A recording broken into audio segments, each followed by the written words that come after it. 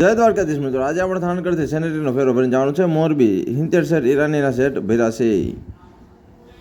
હાલો ભાઈ, પગી ગયા તો તોલ નાખીએ. રફાડિયા પગી ગયા. રફાડિયા છે ટ્રાફિક, જવાનું છે પાનેલી રોડે. લોકેશને પગી ગયા. આ કંટેલમાં નાખવાનો છે માલ.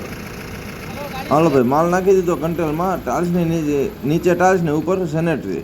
હાલો હવે નીકળી.